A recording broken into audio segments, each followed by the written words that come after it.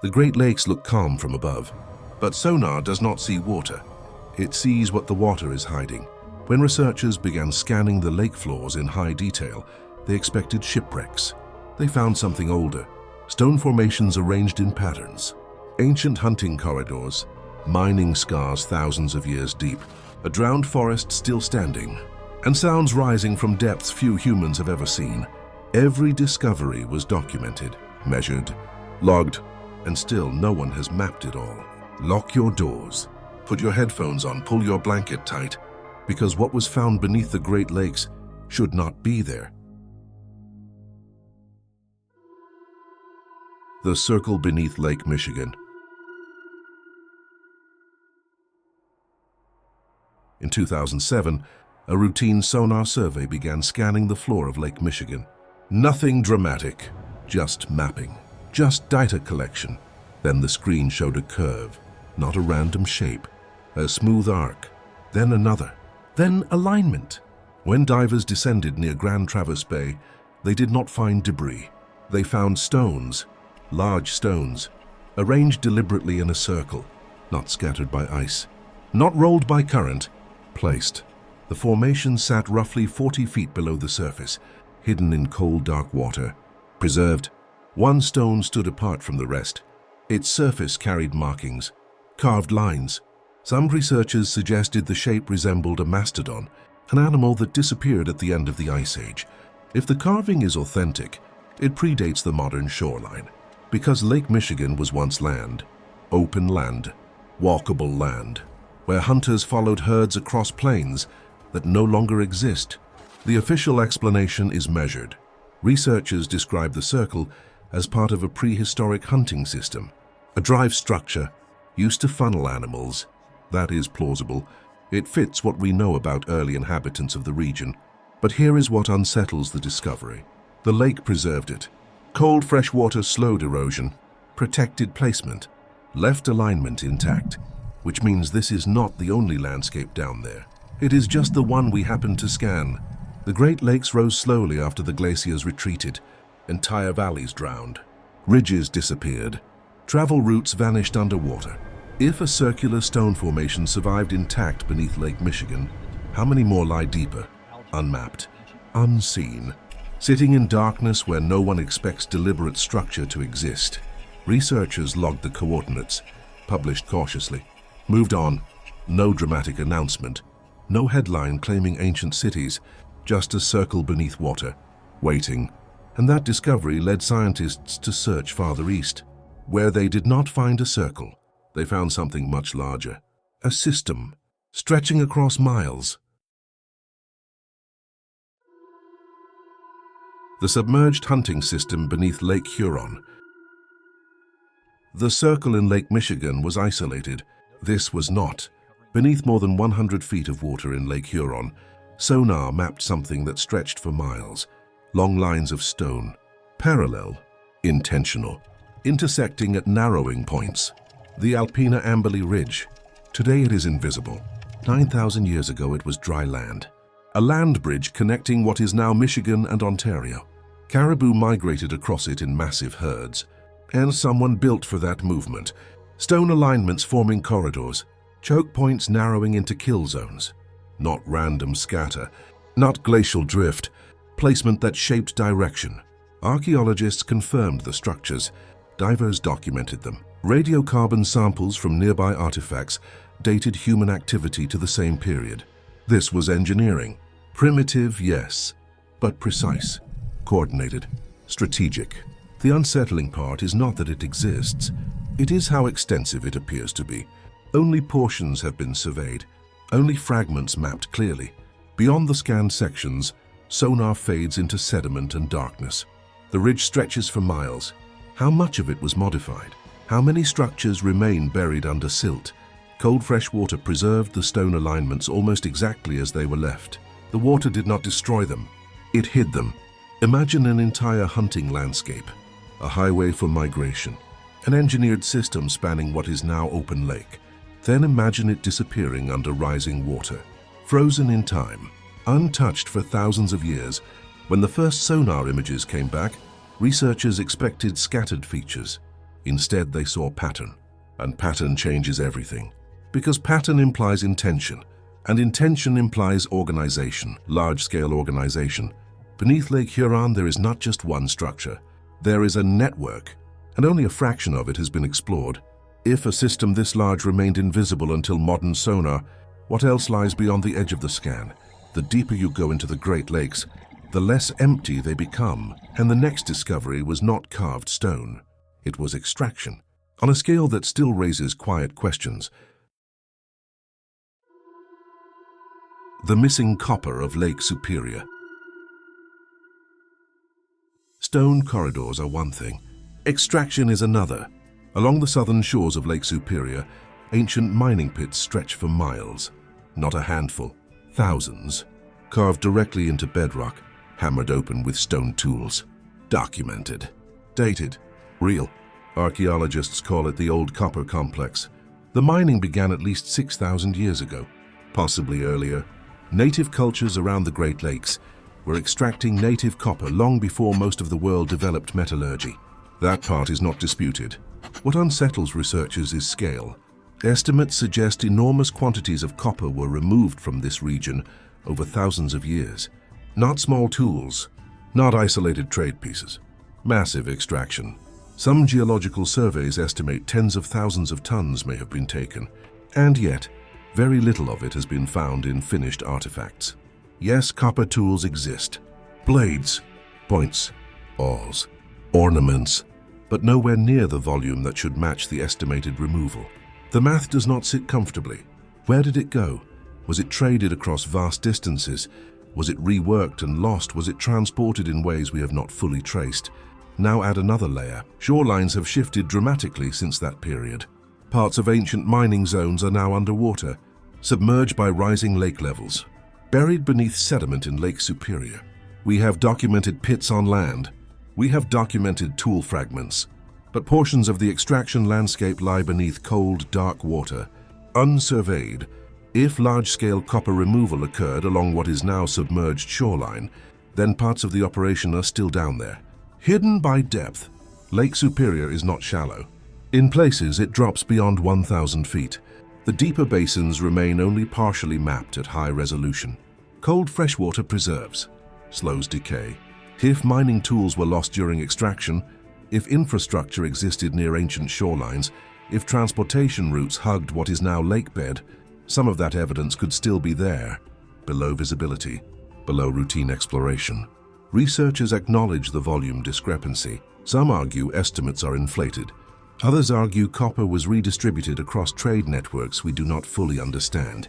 No one claims alien industry. No one claims lost empires.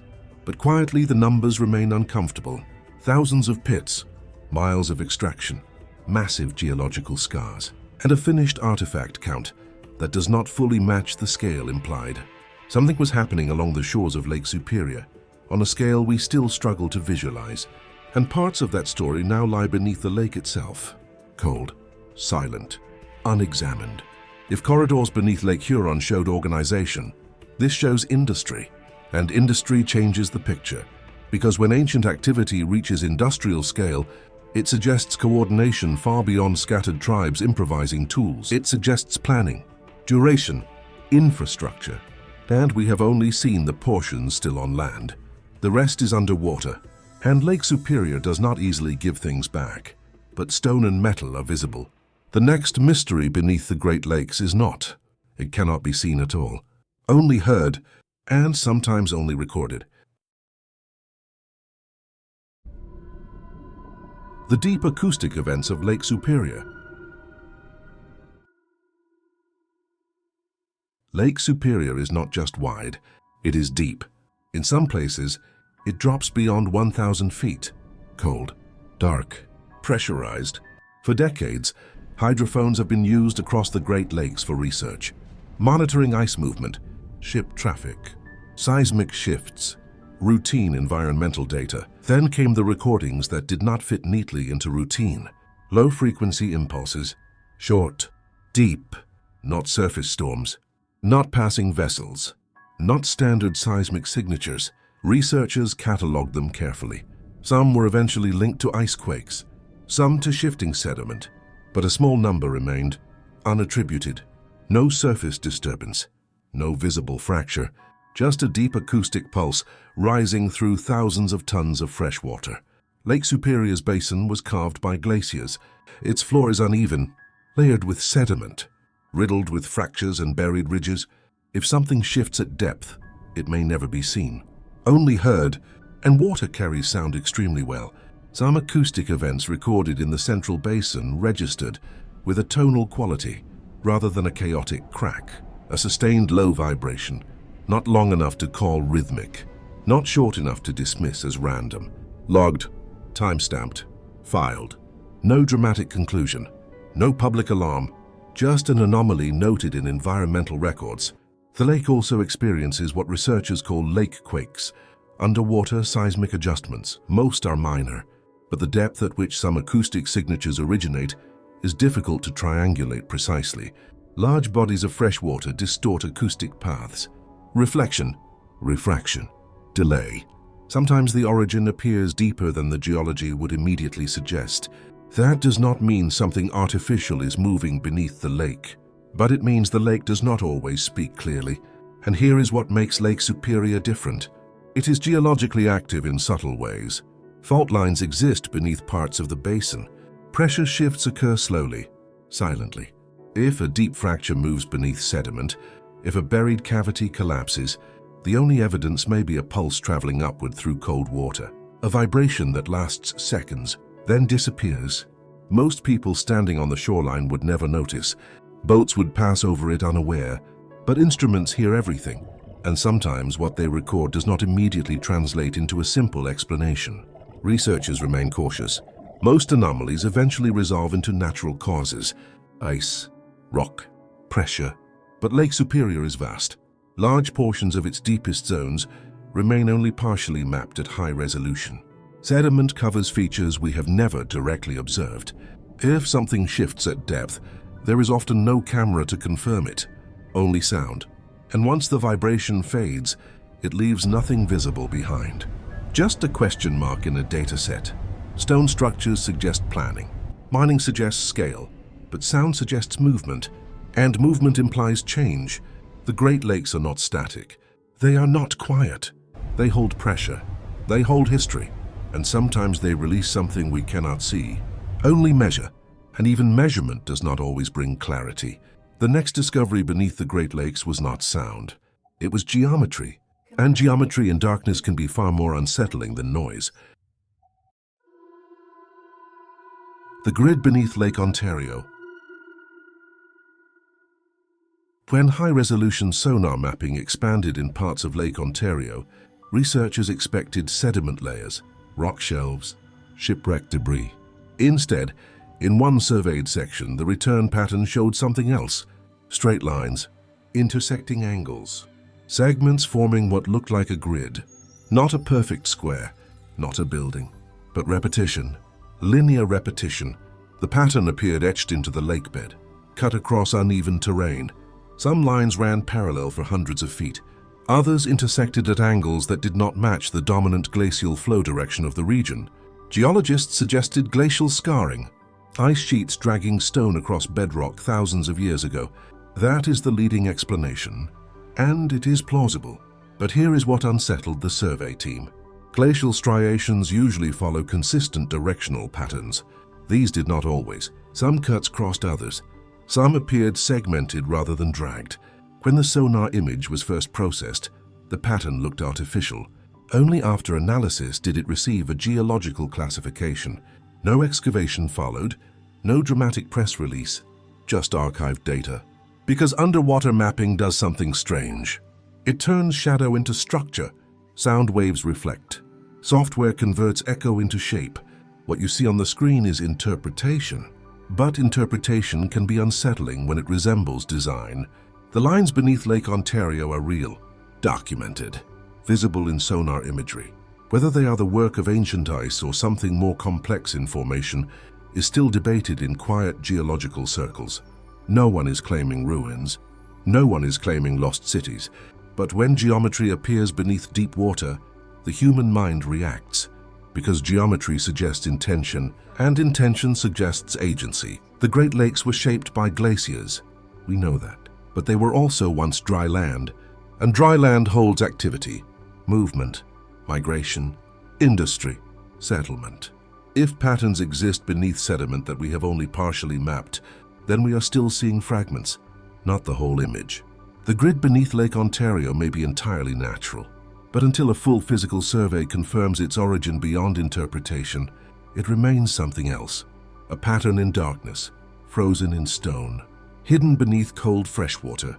And that is what makes the Great Lakes different from oceans. They are inland, accessible, familiar, and yet beneath them lie drowned landscapes, industrial scars, engineered corridors, unexplained acoustics and geometry that challenges comfort. Not myths, not internet fiction, documented findings, measured, logged, still debated, and largely unseen by the public, because from above the lakes look calm. They always do. The submerged forest beneath Lake Huron.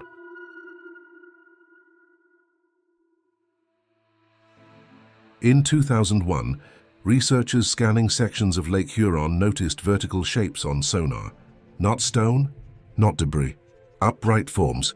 When divers descended, they found something that should not exist beneath open water. Tree stumps, rooted in place, still standing. An entire forest preserved beneath the lake. Radiocarbon dating confirmed the trees are more than 7,000 years old. They were not washed in. They did not drift. They grew there, because thousands of years ago this was dry land. Then the water rose, slowly, relentlessly, and the forest drowned where it stood. What makes this unsettling is preservation. Cold fresh water slows decay dramatically. The sediment sealed the roots. Branches in some sections remain partially intact. The lake did not erase the landscape. It archived it. And this is not a single tree. It is a stretch of ancient forest floor frozen in time. Which means this: if forests are preserved, if hunting corridors are preserved, if mining scars are preserved, then entire ecosystems lie beneath these lakes, intact, unseen. The Great Lakes are not shallow ponds. They are massive basins carved by ice. In places, they drop into darkness deeper than many coastal seas. Large portions of the lake floors remain only partially mapped at high resolution.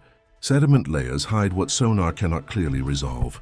If an entire forest can sit beneath Lake Huron unnoticed for thousands of years, what else lies buried just beyond the edge of the scan? Not speculation, not mythology, but drowned landscapes. Silent, perfectly preserved, waiting in cold fresh water. And that is what makes the Great Lakes different. They are not just water. They are submerged worlds. The Great Lakes were never empty. They only look that way from the surface. Beneath them lie circles carved before recorded history. Hunting systems stretching for miles. Copper removed in volumes that still raise quiet questions. Deep acoustic pulses rising from darkness. Grid patterns etched into stone. And forests that never fell, they drowned. None of this proves something impossible, but it proves something far more unsettling.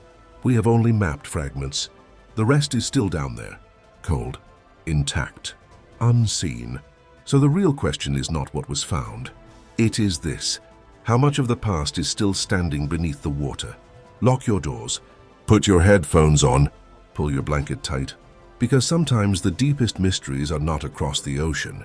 They are inland, waiting beneath calm water.